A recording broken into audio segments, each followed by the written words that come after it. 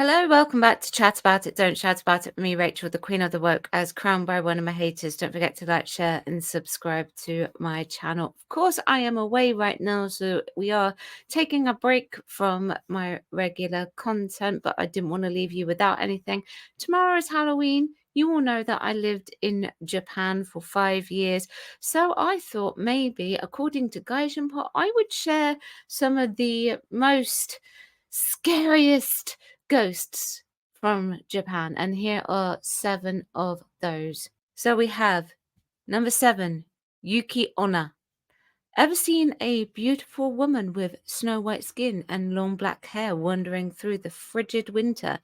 It may have been a Yuki Onna snow woman. When she walks along the snow-covered terrain, you won't find any footprints behind her. The majority of the Yuki Onna stories originate from Japan's snowy northern prefectures like Aomori and Akita in the Tohoku regions. In some versions, she is a snow vampire who sucks the souls out of her victims. In other versions, she uses her supernatural beauty to lure weak-willed men into the cold, then leaves them to freeze to their demise. Savage. Some say the Yuki Onna was a beautiful woman who was oft in the snow and now does the same to others as an act of revenge. Right, my beliefs on ghosts is that I tend to sit in the middle. I tend to go for realism first over the actual belief that it could be a ghost, but I genuinely also believe that there may very well be something there. However, I've never seen a Yuki Onna before. Chochin Obake. I think I've said that right. Even after living 5 years in Japan, I still get it wrong. This lantern ghost isn't malicious like other yokai. He is just naughty little trickster who enjoys giving humans a scare.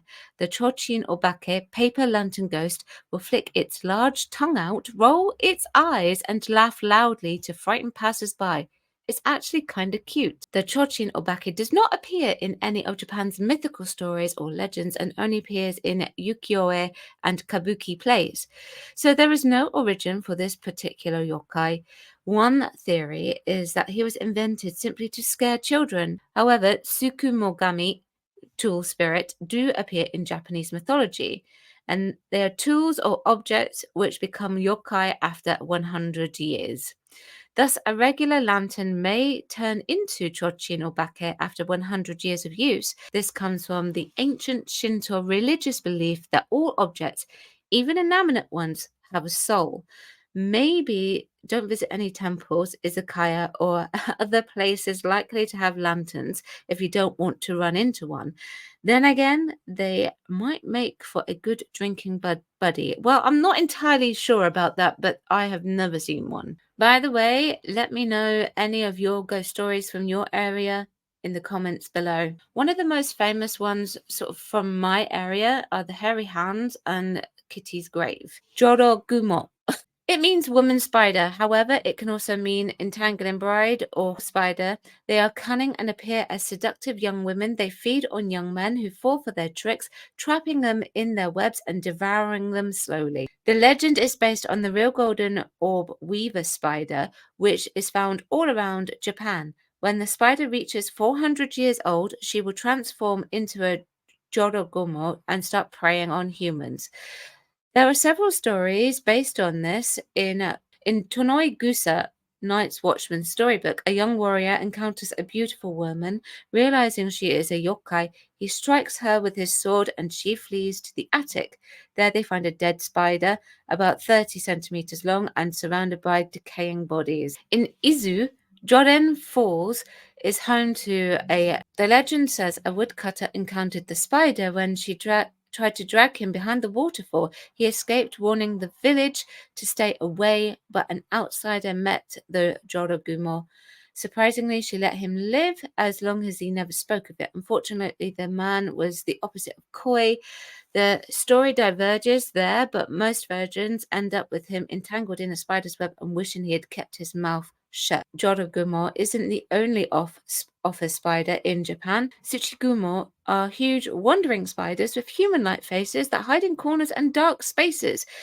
They were likely influenced by the real-life Chinese bird spider and bandits and soldiers that hid in the shadows and preferred to ambush people. Well, I don't know about the Tsuchigumo, but I will say that the common spider in Japan actually jumps. You know, the common house spider. Number 4 is Gashadokuro. The poor, unfortunate bones of those who've perished on the battlefield turn into Gashadokuro, starving skeleton. These yokai form in places where masses of normal skeletons lie, such as in villages after famine or disease has wiped out the population.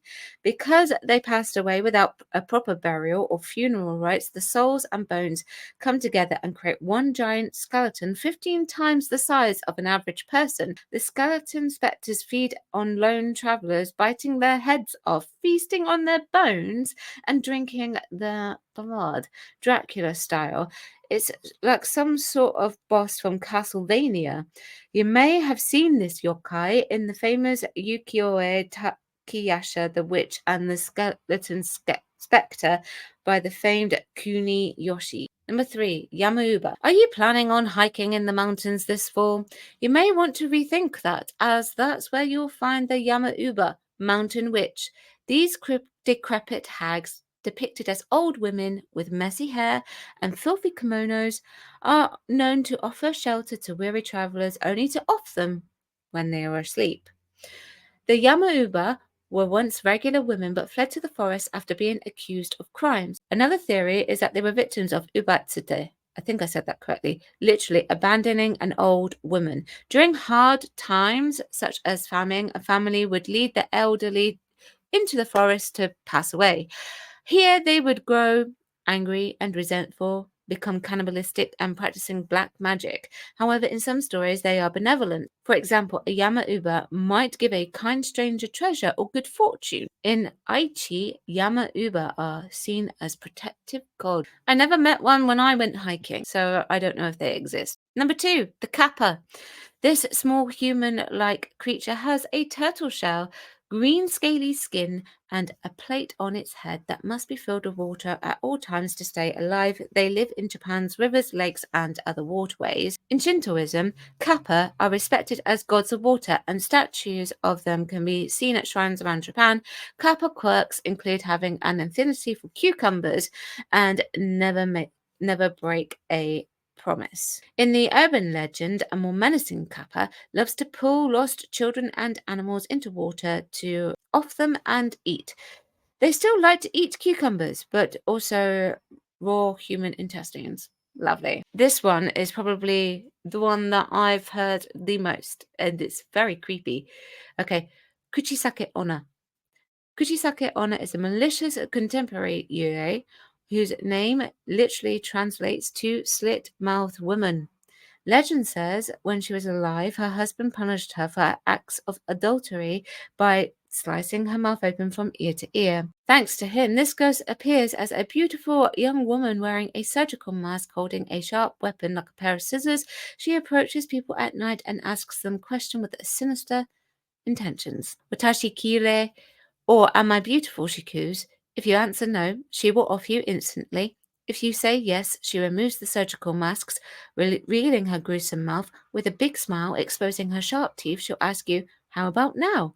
An answer of no will result in you being dismembered by the ghost.